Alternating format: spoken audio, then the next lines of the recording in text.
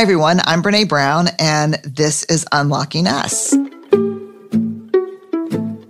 sitting here with Barrett. How's it going? Hi. We played pickleball this morning. I know. I'm really down on my game this morning. Why? We won the first one. I think I was really distracted, and so I was just kind of like, I don't like when I'm distracted. I want to be in the game. Yeah, you can't be distracted and do well in pickleball. No. I thought I was going to get in around the pole in ATP and hit my leg instead. That's how distracted I was. So around the post is post, whatever, pole. But around the post is like when someone hits it so wide, you don't have to hit it back over the net. You can actually go around the post and back in their court. And I thought it was very awesome that you tried that today. I hit my leg. There's nothing awesome about hitting my leg. She hit her leg with your ATP, ow! She hit her leg with the paddle, right? Yeah. Because you have to do some fancy footwork to make that work. They make it look so easy, the pros do. But then what was really funny is you said, I hurt my leg and I hurt my ego. True. Oh, a little bit of the Brown family competitiveness this morning. Speak for yourself. No. Speak for both of us. All right. It's been a full-on fall, yes? Yes. So I went straight from writing Atlas of the Heart into preparing for HBO. Yes. Lots of podcasts. Let me tell you something. They used to say, I heard this the first time I wrote a book. They're like, the work begins when you turn in the book. And I'm like, oh, screw you. I'm like, that cannot be true because that does. And it's actually kind of true. There's a lot of weird stuff that happens after you turn a book in. So it's been really busy and nuts, but I've also been playing.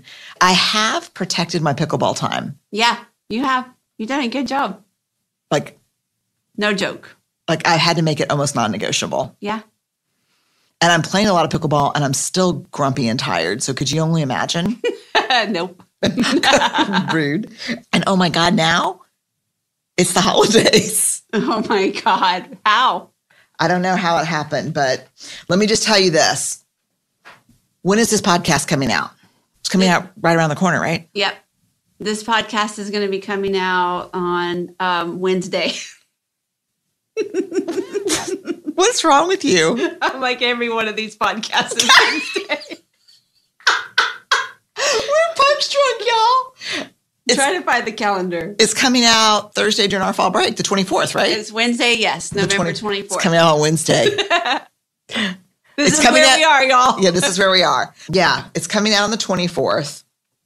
And I don't even know why that was relevant, but I thought there was going to be something important. Oh, it's going to be, if you're in the U.S., it's Thanksgiving week. It's fall break for us. And let me just tell you this. Hold your holiday cards. Right? Yes. I don't want to get a holiday card from you in the next week. It's overachieving. It's rude. It's not thoughtful. Makes the rest of us feel like shit. Yeah. I'd like it a couple days after Christmas with at least one return to sender wrong address on it. With a happy holidays marked out. Happy New Year. Yeah. At least that's how ours are. Yeah, that's it. That's it. I am very grateful, though, this Thanksgiving week. Me too. I'm so grateful I'm always great. let me just start with you because you're sitting right here. This will be awkward. The Brown family. We're even sharing a mic. We are sharing a mic. I just keep thinking we need to get closer to it. Like, A Star is Born. I'm in it. You have to come really. I'm not going there with you. Okay, whatever. I'm grateful for you.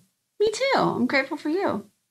You put up with a lot of craziness. It's fun. Sometimes. Most of the time. And it's hard. Sometimes. Yeah, she's really good at when I start crying or I'm like, I can't do it. I'm really overwhelmed. She's really good at, okay, well, we don't have to do it. We can just not do it. And I'm like, of course we have to do it. And you're like, no, they're all choices, Brene. That's pretty good. Yeah, that's true. It's very helpful. So thank you. You're welcome. For being my person all the time. You're welcome. I'm also just grateful to our broader team. Oh, they're so kick-ass. God, they're kick-ass, aren't they? Yes. Like, what a miracle. I wake up every day and go, how did this happen? Like, we just have a team of, 30 people? Yeah. And they're just incredible. And it's been hard because we're on a book We call it a crash when you turn in a book and the publisher turns it around really quick. We've been on a book crash, unpacking pallets and pallets and pallets of books. Literally, the UPS person. He was so grateful that he was on vacation this time during our book delivery. Yeah, because he's just like, I couldn't handle it because we get a lot of books here. So today's the 24th, if you're listening to on the day it came out. The book's going to come out, Atlas of the Heart, 11:30. Yep. And we're not doing a traditional book tour this time because kind of COVID stuff. Yep. Which I did do a small event last night. It was my first in-person event since March of 2020, and it was so fun. It was fun. I was in it to win it. Yeah, it was really good. So I can't wait to see y'all. 2022, I'm coming to a city near you, hopefully. I was going to say an amphitheater near you, but I don't even know where that came from. What is it? I don't know. Okay. I'm coming to an amphitheater. That's like a rock and roll tour or something. That's what we need. Yeah. Me and some rock band from the 80s, we're coming to you. But I'm going to try to get out in 2022 for sure. I miss seeing your faces. But no traditional book tour this year. We do have an event on December 2nd at 8 p.m. Eastern Time. We are partnering with over 150 independent bookstores around the U.S. and Canada. I have to say that one of the things that's been really hard for independent booksellers during COVID is that book tours are a big part of their revenue strategy. And so we're doing our virtual book tour with them. You can go on BreneBrown.com on the episode page and figure out how to get a ticket. Yes. And guess who is? Oh, yes. I love this. Who's interviewing me for this. And I'll be in conversation with Priya Parker, she's amazing. And just a reminder for the book event, you buy a ticket and you get a book. Yeah, and if you've already bought a book, that's okay because you can just get another book and then gift that book. See? Yep. You see how that works? Yep, that's great. Yeah, that's about as salesy. Oh my God, and it's a beautiful book. So to give it away, I mean, even our team already has their books and they're all like, oh my God, it's a beautiful coffee table book. It's just so beautiful. It is. You've never done a 4-color book before. I haven't, and it was so fun, except it got a little dicey there because they'd be like, we need 4 more chapters from you. And I'm like, I'm choosing a palette for the quote cards in the book. They're like, tough shit, we need your chapters. I got really into the aesthetic of it, but it's a really beautiful. It's beautiful. Yeah, and it's incredible. And big shout out to everyone who worked on that because that was a thing. So we are going to, for the podcast this week, we are going to share the anatomy of trust with you. We have been talking about trust a lot. Over on Dare to Lead, we interviewed Charles Feltman, who wrote The Thin Book of Trust, an essential primer for building trust at work. Do you know someone told me that it's not primer, it's primer? Oh, really? Mm-hmm. I say bourgeois instead of bullshit, but I don't know. I'll just say The Thin Book of Trust, an essential primer for building trust at work. Barrett and I also did 2 episodes on trust in the workplace. And so I did a talk at UCLA at Royce Hall for Oprah's Super Soul Sessions, where I talked about the fundamentals of trust. And I really walked through braving for the first time. So that's what I'm sharing with y'all this Thanksgiving. And so I think it's helpful because it's not using the acronym braving for trust isn't just a work thing. It's just a life thing, right? Yeah. I mean, even in the event that you did last night, we touched on parenting and even talking about braving from a parenting perspective was so great last night. Yeah, it's very helpful because it's really hurtful when you've got trust issues with your kids and you just use that big gauzy term of trust. They don't know what it means. We don't even know what it means. But if you can get really granular and behavioral and operationalize the elements of trust and say, this is where we're struggling or this is where I'm struggling, super helpful. So enjoy. If you're celebrating a fall break or Thanksgiving this week, we're grateful for you. And here's the anatomy of trust.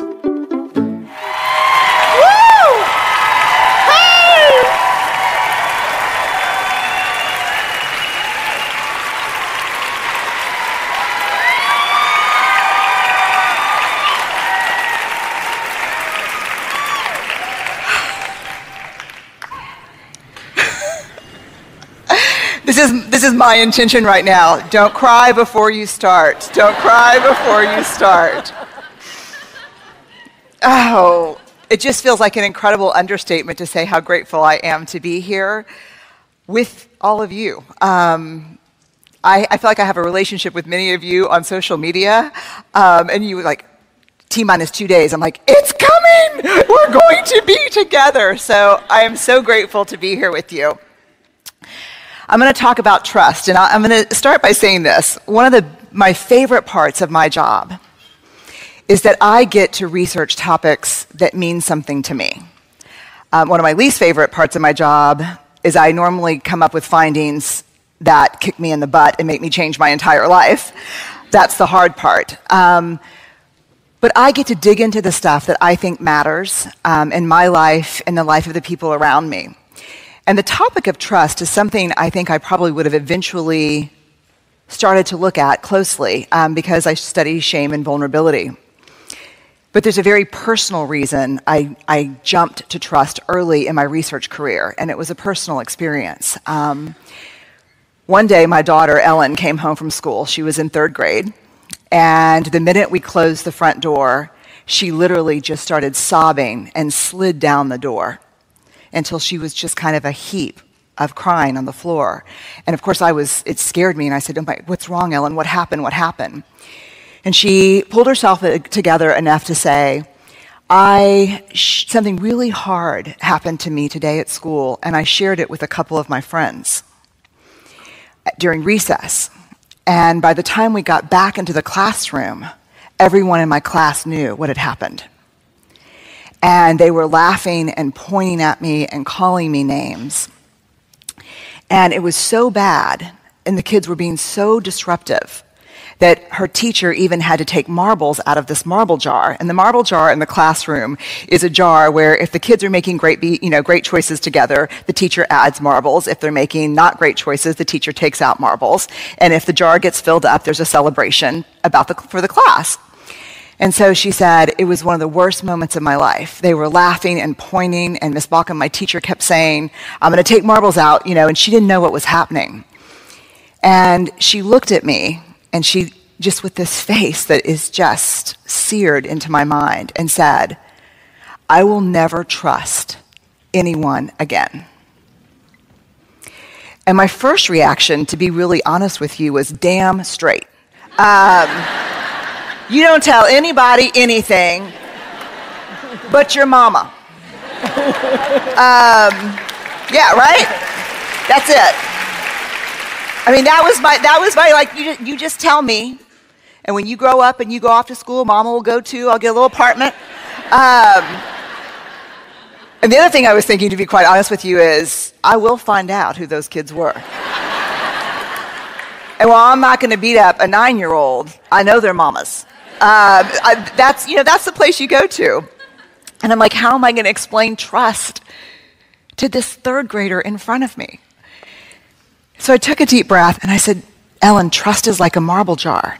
She said, "What do you mean?" And I said, "You share those hard stories and those hard things that are happening to you with friends who over time you filled up their marble jar. They've done thing after thing after thing where you're like, I know I can share this with this person. Does that make sense?" And that's what Ellen said. "Yes, that makes sense." And I said, "Do you have any marble jar friends?" And she said, "Oh yeah, I totally. Hannah and Lorna are marble jar friends." And I said, and then this is where things got interesting. And I said, "Tell me what you mean. How do they earn marbles for you?" And she's like, "Well, Lorna, if there's not a seat for me at the lunch cafeteria, she'll scoot over and give me half a Heine seat." And I'm like, "She will?" She's like, "Yeah, she'll just sit that like that, and so I can sit with her." And I said, "That's a big deal. This is not what I was expecting to hear." And I said, then she said, "And you know, Hannah, on Sunday at my soccer game," and I was waiting for this story where she said, "I got hit by a ball, and I was laying on the field, and Hannah picked me up and ran me to first aid."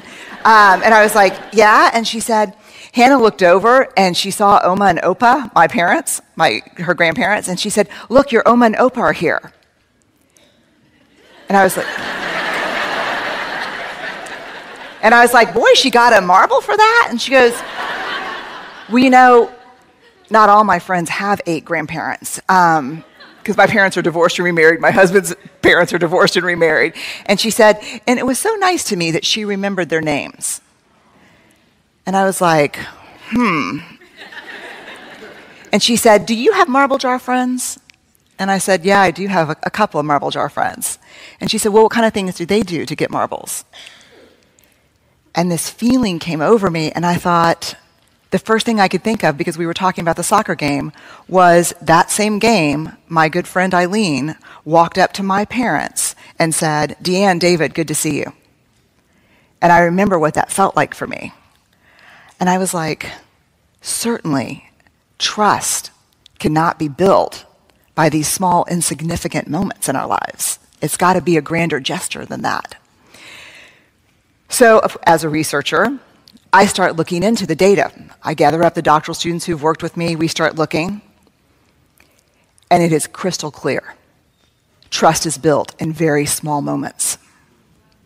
And when we started looking at examples of when people talked about trust in the research, they said things like, yeah, I really trust my boss. She even asked me how my mom's chemotherapy was going. I trust my neighbor, because if something's going on with my kid, it doesn't matter what she's doing, she'll come over and help me figure it out. You know, one of the number one things emerged around trust in small things?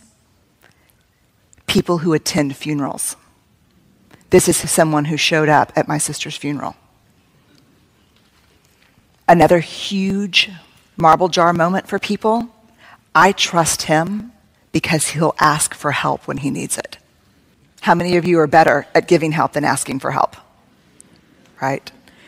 So asking for help is one of those moments. So one of the ways I work as a grounded theory researcher is I look at the data first, then I go in and see what other researchers are talking about and saying, because we believe the best theories are not built on other existing theories, but on our own lived experiences. So after I had looked at this, I said, let me see what the research says. And I went to John Gottman, who's been studying relationship for 30 years. He has an amazing work on trust and betrayal. And the first thing I read, trust is built in the smallest of moments. And he calls them sliding door moments. Sliding Doors is a movie with Gwyneth Paltrow from the 90s. Have y'all seen this movie? So it's a really tough movie, because what happens is it follows her life to this seemingly unimportant moment where she's trying to get on a train. And she makes the train, but the movie stops and splits into two parts, where she makes the train and she doesn't make the train. And it follows them to radically different endings. And he would argue that trust is a sliding door moment. And the example that he gives is so powerful. He said he was lying in bed one night. He had 10 pages left of his murder mystery. And he had a feeling he knew who the killer was, but he was dying to finish this book. So he said, I want to get up, brush my teeth, go to the bathroom, and get back in and not have to get up. I just want, that feeling when you just want to get all situated and read the end of your book. So he gets up and he walks past his wife in the bathroom who's brushing her hair and who looks really sad.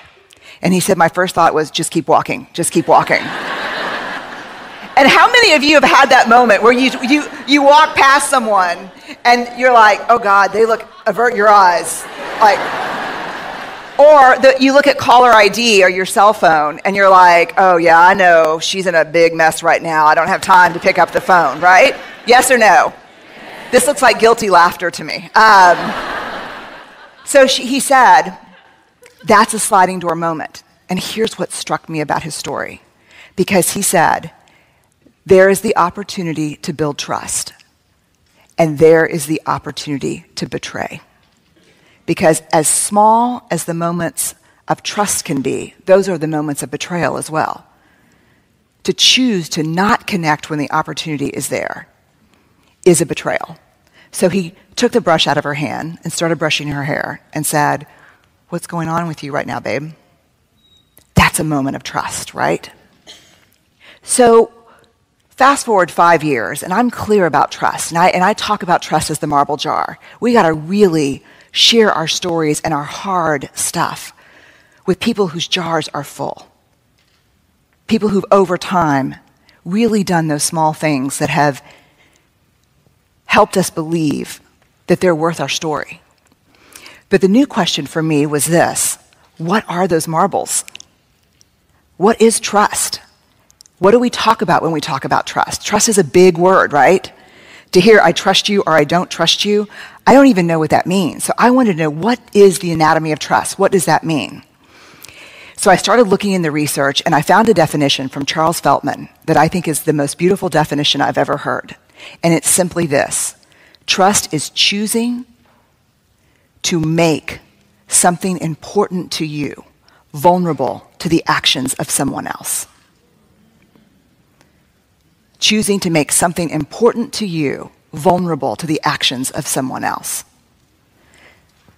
Feltman says that distrust is what I have shared with you that is important to me is not safe with you. So I thought, that's true. And Feltman really calls for this, let's understand what trust is. So we went back into all the data to find out, can I figure out what trust is? Do I know what trust is from the data? And I think I do know what trust is. And I put together an acronym, BRAVING, B-R-A-V-I-N-G, braving. Because when we trust, we are braving connection with someone. So what are the parts of trust? B, boundaries. I trust you if you are clear about your boundaries, and you hold them, and you're clear about my boundaries, and you respect them. There is no trust without boundaries. R, reliability. I can only trust you if you do what you say you're going to do, and not once. Reliability, let me tell you what reliability is in research terms. We're always looking for things that are valid and reliable. Any researchers here or research kind of geeks? There's 10 of us. Okay, so we would say a scale that you weigh yourself on is valid if you get on it and it's an accurate weight. 120. Okay. So that would be a very valid scale. I would pay a lot of money for that scale. So that's actually not a valid scale, but we'll pretend for the sake of this. That's a valid scale. A reliable scale is a scale that if I got on it 100 times, it's going to say the same thing every time. So what reliability is you do what you say you're going to do over and over and over again. You cannot gain and earn my trust if you're reliable once, because that's not the definition of reliability. In our working lives, reliability means that we have to be very clear on our limitations so we don't take on so much that we come up short and don't deliver on our commitments. In our personal life, it means the same thing. So when we say to someone, oh God, it was so great seeing you, I'm going to give you a call and we can have lunch. Yes or no? No. It was really great seeing you. Moment of discomfort, goodbye. Right? But honest. So B, boundaries. R, reliability. A, huge, accountability. I can only trust you if, when you make a mistake, you are willing to own it, apologize for it, and make amends. I can only trust you if when I make a mistake, I am allowed to own it, apologize, and make amends. No accountability, no trust. V, and this one shook me to the core. Vault. The vault. What I share with you, you will hold in confidence. What you share with me, I will hold in confidence. But you know what we don't understand? And this came up over and over again in the research. We don't understand the other side of the vault. That's only one door on the vault. Here's where we lose trust with people. If a good friend comes up to me and says, oh my God, did you hear about Caroline? They're getting a divorce. And it is ugly. I'm pretty sure her partner's cheating. You have just shared something with me that was not yours to share. And now my trust for you, even though you're gossiping and giving me the juice, now my trust for you is completely diminished. Does that make sense? So the vault is not just about the fact that you hold my confidences. It's that in our relationship, I see that you acknowledge confidentiality. Here's the tricky thing about the vault. A lot of times, we share things that are not ours to share as a way to hotwire connection with a friend, right? If you don't have anything nice to say, come sit next to me. You know, that's our, yes or no? Like, our closeness is built on talking bad about other people. You know what I call that? Common enemy intimacy. What we have is not real. The intimacy we have is built on hating the same people. And that's counterfeit. That's counterfeit trust. That's not real. So the vault means you respect my story, but you respect other people's story. Integrity. I cannot trust you and be in a trusting relationship with you if you do not act from a place of integrity and encourage me to do the same. So what is integrity? So I came up with this definition because I didn't like any of the ones out there, and that's what I do when I don't like them. I do. I look in the data and I say, what's integrity? Here's what I think integrity is. 3 pieces. It's choosing courage over comfort, choosing what's right over what's fun, fast, or easy, and practicing your values, not just professing your values. Right? I mean, that's integrity. In non-judgment, I can fall apart, ask for help, and be in struggle without being judged by you. And you can fall apart and be in struggle and ask for help without being judged by me. Which is really hard because we're better at helping than we are asking for help. And we think that we've set up trusting relationships with people who really trust us because we're always there to help them. But let me tell you this, if you can't ask for help and they cannot reciprocate that, that is not a trusting relationship. Period. And when we assign value to needing help, when I think less of myself for needing help, whether you're conscious of it or not, when you offer help to someone, you think less of them too. You cannot judge yourself for needing help, but not judge others for needing your help. And somewhere in there, if you're like me, you're getting value from being the helper in a relationship. You think that's your worth. But real trust doesn't exist unless help is reciprocal and non-judgment. The last one is G, generosity. Our relationship is only a trusting relationship if you can assume the most generous thing about my words, intentions, and behaviors, and then check in with me. So if I screw up, say something, forget something, you will make a generous assumption and say, yesterday was my mom's 1-year anniversary of her death, and it was really tough for me.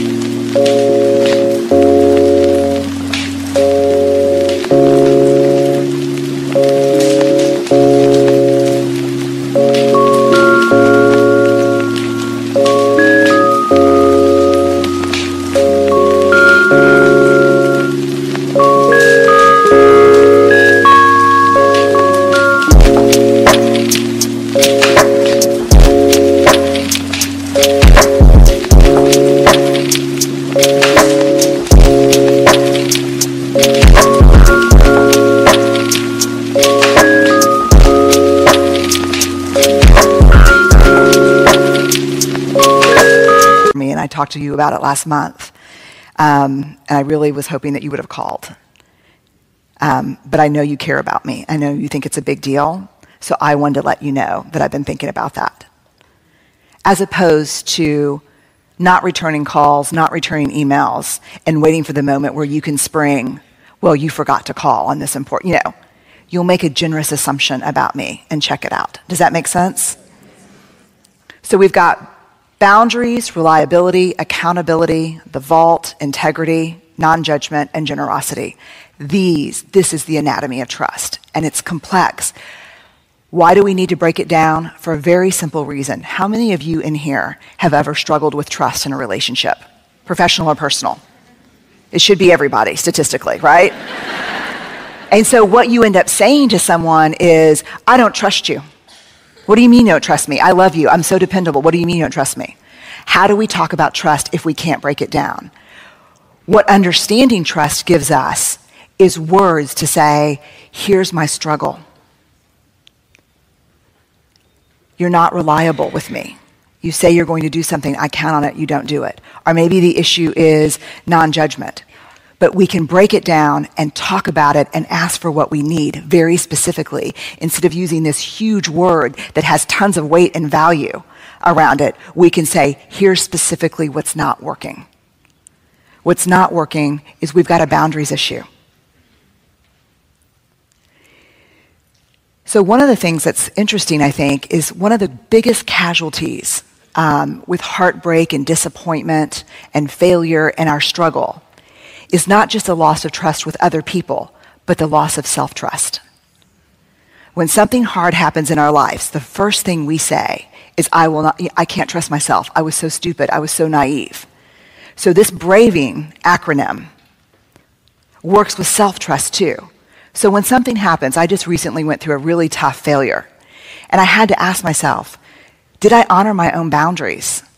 Was I reliable? Can I count on myself? Did I hold myself accountable? Was I really protective of my stories? Did I stay in my integrity? Was I judgmental toward myself? And did I give myself the benefit of the doubt? Was I generous toward myself? Because if braving relationships with other people is braving connection, self-trust is braving self-love, self-respect, the wildest adventure we'll ever take in our whole lives.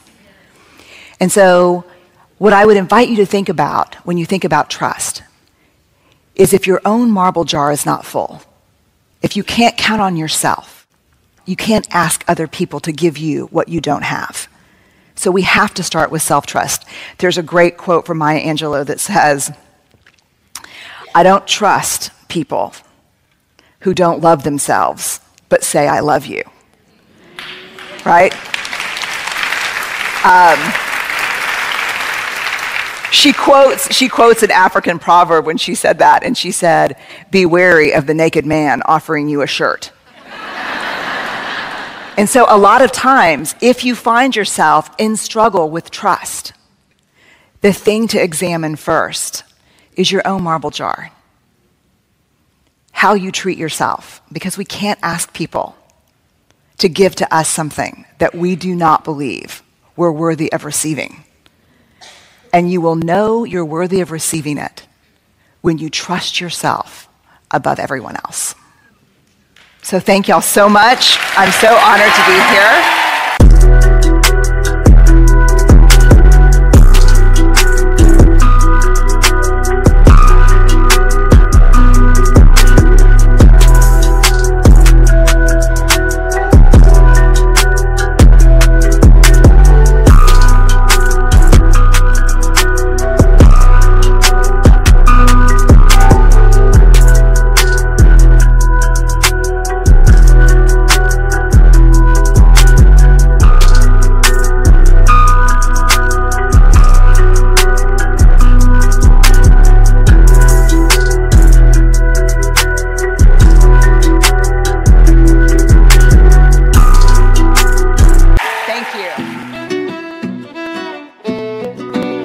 Okay, I hope y'all enjoyed that. A big shout out and a big thank you to Oprah and the Super Soul team. You can follow the Super Soul podcast on Spotify or wherever you listen to your podcast. You know that every episode that we do of both Unlocking Us and Dare to Lead has a page on BreneBrown.com, on the new BreneBrown.com. Yeah, the new beautiful BreneBrown.com. Check it out. We are leveling up our aesthetic game. Yes, we are. Yeah. Beauty and excellence is one of our values here at BBERG, which stands for Brene Brown Education Research Group. But I think about it so much now after interviewing Sarah Lewis on Dare to Lead about aesthetic force and the importance of beauty and aesthetics. Important. So we, on our new website, which is so gorgeous, and shout out to the team that made that happen. Totally. Big lift. Don't forget to join us for the Atlas of the Heart live virtual launch on December 2nd. And stay awkward, brave, and kind, y'all. We're grateful for you. I'm going to say bye. Bye. Bye. Unlocking Us is a Spotify original from Parcast. It's hosted by me, Brene Brown. It's produced by Max Cutler, Kristen Acevedo, Carly Madden, and Tristan McNeil. and by Weird Lucy Productions. Sound design by Tristan McNeil, and music is by the amazing Carrie Rodriguez and the amazing Gina Chavez.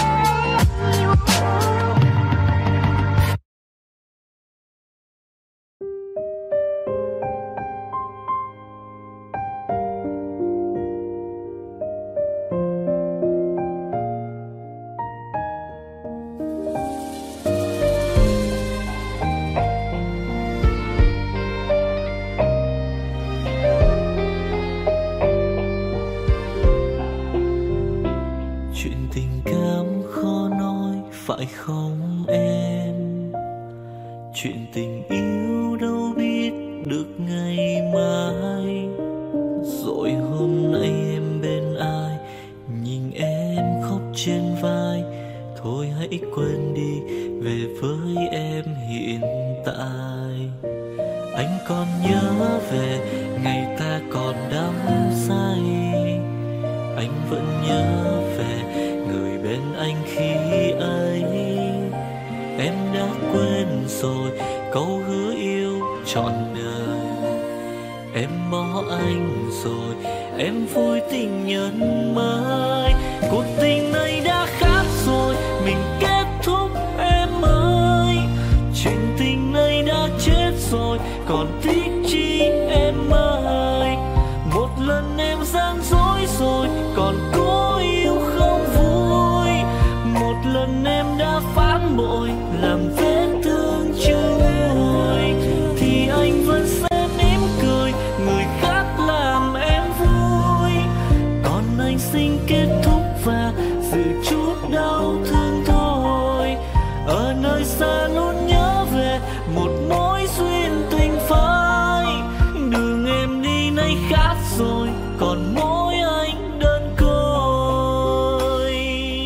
Đường em đi nay đã khác rồi, còn riêng anh mãi đứng đơn côi.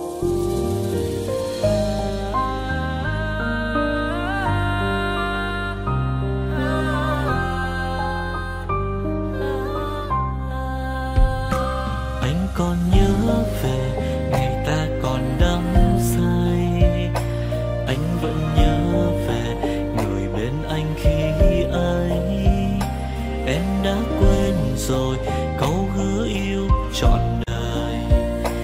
Em bỏ anh rồi, em vui tình nhân mới. Cuộc tình này đã khác rồi, mình kết thúc em ơi. Chuyện tình này đã chết rồi, còn tiếc chi em ơi. Một lần em gian dối rồi, còn cố yêu không vui. Một lần em đã phản bội, làm vết thương chưa nguôi. Thì anh vẫn sẽ mỉm cười, người khác làm em vui. Còn anh xin kết thúc và giữ chút đau thương thôi. Ở nơi xa luôn nhớ về một mối duyên tình phai. Đường em đi nay khác rồi, còn mỗi anh đơn côi. Cuộc tình này đã khác rồi, mình kết thúc em ơi. Chuyện tình này đã chết rồi, còn tiếc chi em ơi.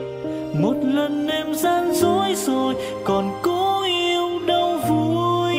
Một lần em đã phản bội, làm vết thương chưa nguôi. Thì anh vẫn sẽ mỉm cười, người khác làm em vui. Còn anh xin kết thúc và giữ chút đau thương thôi. Ở nơi xa luôn nhớ về một mối duyên tình phai. Đường em đi nay khác rồi, còn mỗi anh đơn côi. Ở nơi xa luôn nhớ về một mối duyên tình phai. Đường em đi nay khác rồi, còn